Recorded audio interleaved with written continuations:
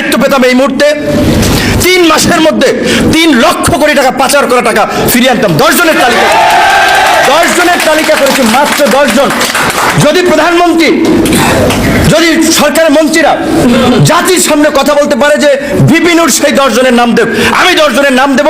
এবং আমি বললাম যে এই 10 জনকে যদি রিমান্ডে নেওয়া হয়, এই 10 জনকে যদি রিমান্ডে নেওয়া হয় 3 লক্ষ কোটি টাকা যারা পাচার করেছে সেটা ফেরত আনতে পারবে। কিন্তু করতে পারবে? কারণ এই পাচারের টাকা ভাইগনা, মামু, ছোট আপা, বড় আপা অনেকেরই এখানে ভাগ বাটার আছে, কমিশন আছে, যে বাইরে হোটেল করছেন, প্রতিষ্ঠান করছেন। কাজে কারে দিয়ে ভূত ছাড়াবেন? যারা নিজেরই যদি ভূতে পায় ভূত ছাড়াবেন কারে দিয়ে? সেই জায়গা থেকে হাসি ঠাট্টা, জিবাই হ্যাবাই খালি জাগুর দিলে হবে না।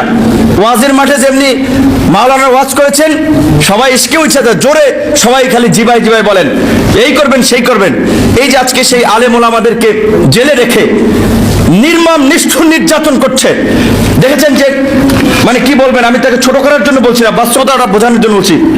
3.5 ফুট 3 ফুটের মতো একটা মানুষ, শিশু বক্তা বলে, সেই লোকটাকে সে কি খুন করেছে, ধর্ষণ করেছে, বাংলাদেশ ব্যাংক লুট করেছে? কিছু করে নেই, কিছু কথা বলেছে, হয়তো সেটা আইনের বিরুদ্ধে গেছে, ধরে নিলাম, তাকে ডান্ডা বেরিয়ে পড়িয়ে হাজির করছে, আর জঙ্গিরা আদালত থেকে পালিয়ে যায়। এইভাবে আজকে শুধুমাত্র ছাত্র, শিক্ষক, সাংবাদিক না, আলেম ওলামারা, ধর্মীয় নেতা বলেন, কেউ নিরাপদ না।